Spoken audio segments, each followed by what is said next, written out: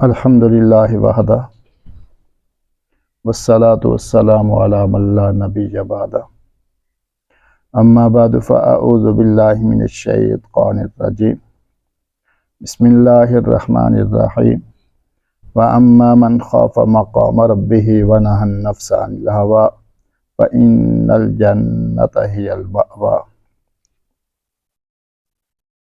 اللہ رب العزت نے یہاں پر خوف کے اوپر جنت کا فیصلہ فرمایا ہے۔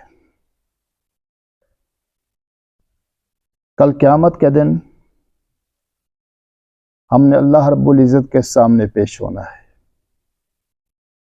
اور زندگی کے اندر جتنے ہم کام کر رہے ہیں، اچھے ہیں یا برے، ان سب کا ہم نے حساب دینا ہے۔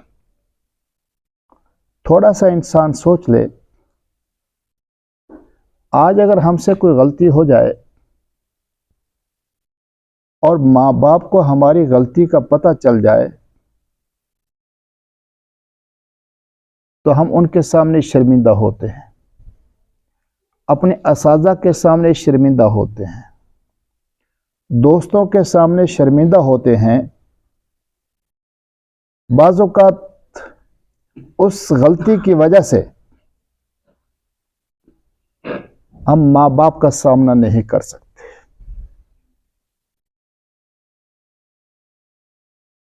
کوئی ایسا جرم ہوا، غلطی ہوئی، اور لوگ کیا کہتے ہیں، اس کے والد کو بلاؤ، تو ہم منتیں کرتے ہیں، پاؤں پکڑتے ہیں کہ میرے باپ کو نہ بلاؤ، آپ نے جو سزا دینی ہو مجھے سزا دے لو، لیکن میرے ماں باپ کو نہ بلاؤ، میرے بہن بھائیوں کو نہ بلاؤ، میرے عزیز و اقارب کو نہ بلاؤ۔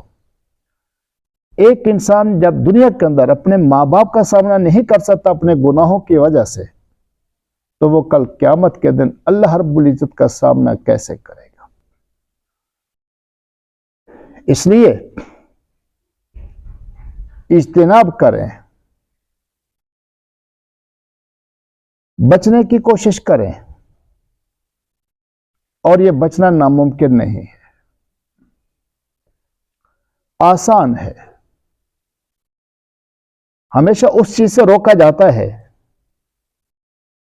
جس سے بچنا ہمارے بس میں ہو، اور اگر بچنا ہمارے بس میں نہ ہو تو اس سے روکا نہیں جاتا۔ چوری کرنے سے روکا جاتا ہے کیونکہ بچنا ہمارے بس میں ہے، ڈاکہ ڈالنے سے منع کیا جاتا ہے کیونکہ اس سے بچنا ہمارے بس میں ہے، بدکاری کرنے سے منع کیا جاتا ہے کیونکہ اس سے بچنا ہمارے بس میں ہے۔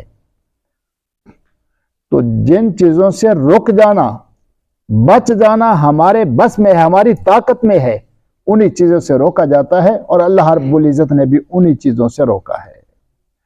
آگے اللہ رب العزت نے اس خوف کی علامت کو بیان فرمایا کہ جو اللہ رب العزت کے سامنے کھڑا ہونے سے ڈرتا ہے اس کی علامت کیا ہے؟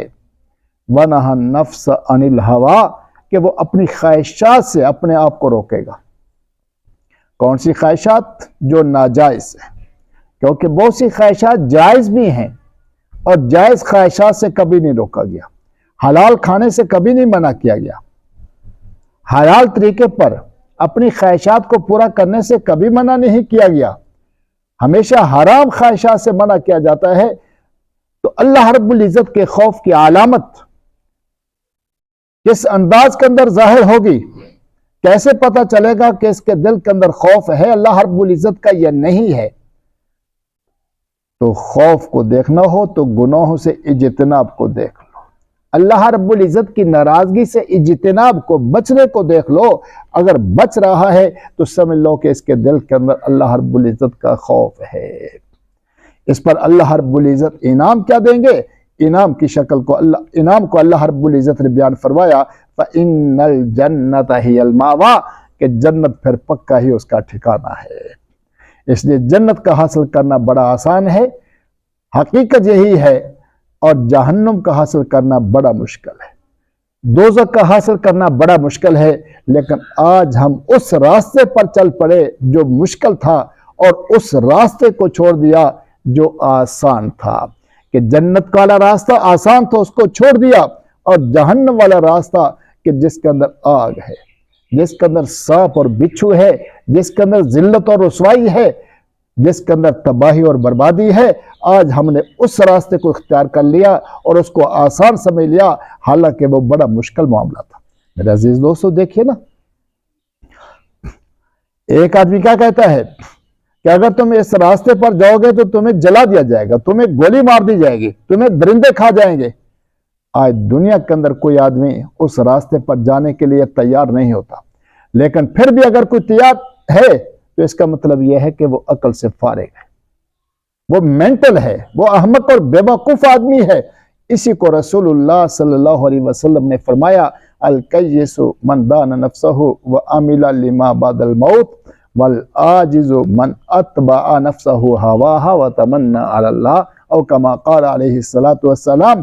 عقل مند وہ ہے جو اپنے نفس کے بارے میں ہوشیار رہتا ہے اور اس زندگی کے لیے کام کرتا ہے جو مرنے سے شروع ہونے والی ہے، اور کمزور، احمق اور بے وقوف وہ ہے جو اپنی خواہشات کو پورا کرتا ہے، حلال و حرام کی پرواہ نہیں کرتا، اور جب سزا کا ذکر آتا ہے گناہوں کے اوپر تو کہتا ہے اللہ بڑا غفور الرحیم ہے، یہ ایسے ہی ہے، زہر پی رہا ہے اور کیا کہتے ہیں بچ جاؤں گا، ننگی تاروں کو پکڑ رہا ہے، بجلی کی ننگی تاروں کو، اور کیا کہتے ہیں مجھے کرنٹ نہیں لگے گا، بلند بلڈنگ سے چھلانگ لگا رہا ہے اور کیا کہتا ہے مجھے کچھ نہیں ہوگا۔ جیسے وہ احمق ہے، اسی طرح یہ اس سے بھی بڑھ کر کے احمق ہے کہ خواہشات نفس جو جہنم کے اندر لے کر جانے والی ہیں ان کو پورا کر رہا ہے، اور کیا کہتا ہے جی میں تو جنت میں جاؤں گا۔ اللہ رب العزت ہمیں عقل اور شعور نصیب فرمائے۔